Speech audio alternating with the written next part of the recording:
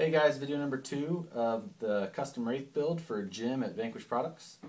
This week, just kind of looking at prioritizing my list of things to do on this truck.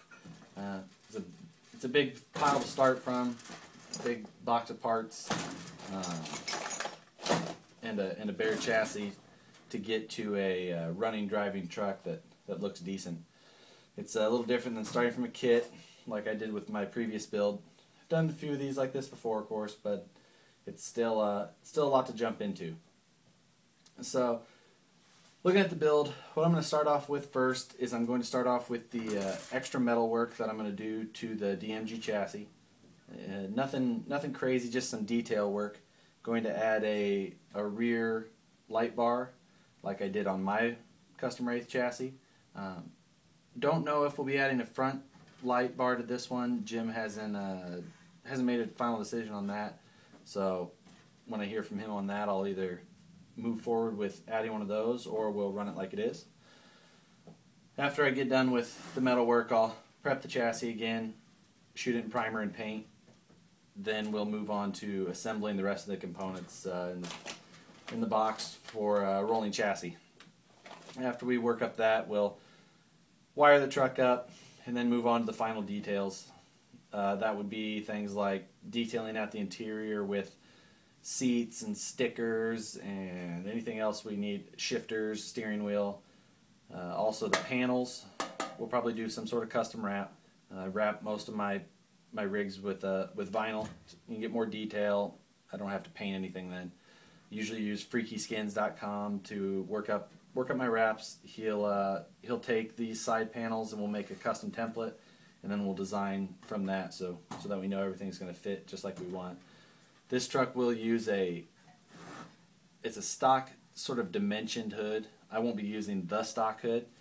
Might be using something from Dynamic Concepts. They've got a panel set that's modeled after a Jeep JK, so I'll probably be using that unless Jim wants me to work up something different for him. So we'll see how that goes later on in the build.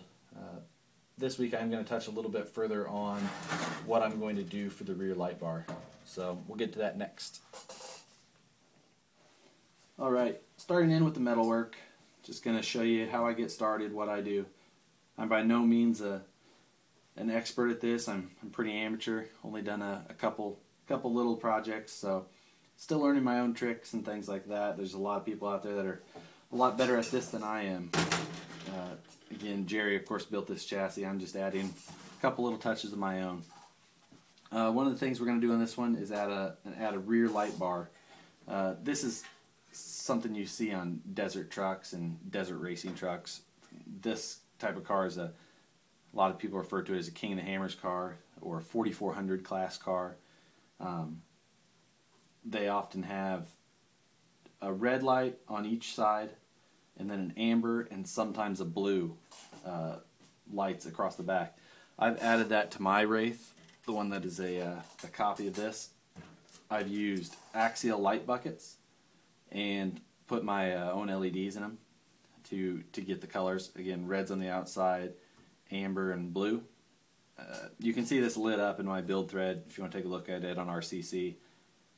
Feel free to. Again, this is what we'll be doing on this build. What I start with is I mock up a piece of cardboard. This is just cut out of a random piece of cardboard from a cheap Harbor Freight tool I just bought. I always keep the scraps of cardboard to make these. I just laid it out on there, marked it out with the felt tip marker, cut it out, bent it in the vise just to give me the bends I'm looking for. That way I can check to see how it's going to fit, see if I need to make any modifications to the shape or the wings. On this one I cut these a little short. I'll have to make these little wings on the side a little longer. So it's a lot easier to do it this way than to have to do it again with metal. So just something I do. There's probably better ways to do it, but I don't know them yet. So I'm going to transfer this to steel next, and then I'll clamp that on and start brazing it to the chassis. Alright guys, I've got the piece of steel cut, bent, and mocked up on the chassis with a couple magnets. Going to do a little brazing now and get this thing started. Not going to go through the brazing the whole thing, but just the first part. Give it a shot. I'm going to put a little bit of, I cleaned up the bars with just some Scotch-Brite, getting any surface rust or anything perfect off there. Going to lay some of the flux paste down along where I'll be brazing at. I'll be using Harris Safety Silv 45 right now. I use either 45 or 56 most of the time, depending on what's available. Home Depot, you can actually get it from their online store. And I also use a local welding supply shop here. It just depends on who has what and for what price. The Home Depot stuff is actually a pretty decent price, so it's online only, so for what that's worth to you. Got a little jeweler's torch here, oxygen acetylene. I'm running a number 5 tip, I believe, so I run, for that tip, I run about 5 psi of acetylene, and I can't, somewhere around 6 or 8 oxygen. And of course, you adjust them here. So.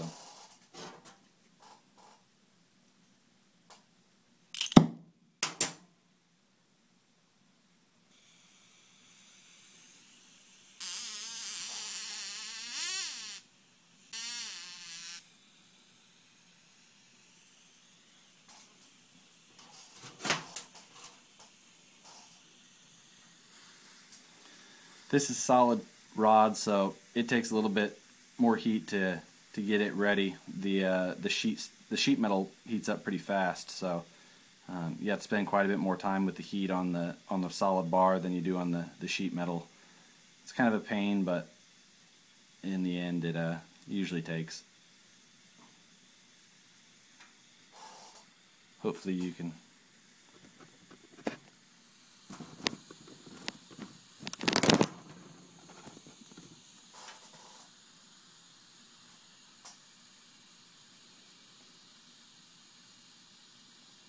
Like I said, solid rod takes a while to heat up. Try not to block too much of this with my hand when I'm welding. The rod's finally starting to get hot, so start transferring some of the heat to the sheet steel.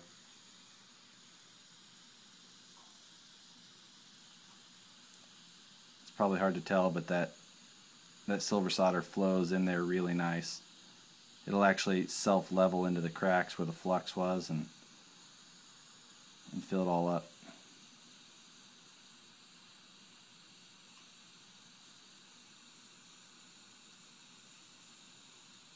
Like I said, I'm not going to show it on this whole piece, but you'll get the point.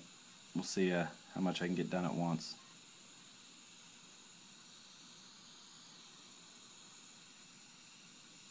It's nice to not have to stop and reheat that solid rod, because it does obviously take a while, like you saw.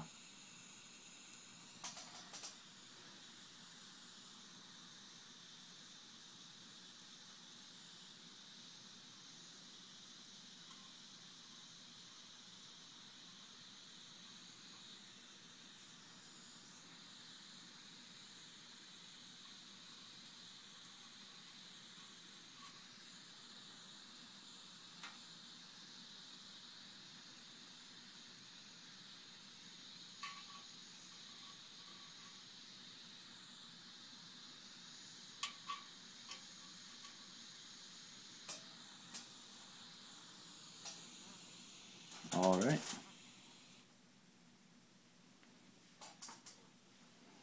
We'll let that cool off and show you what it looks like when it's all cleaned up. Okay, let that cool down for a minute.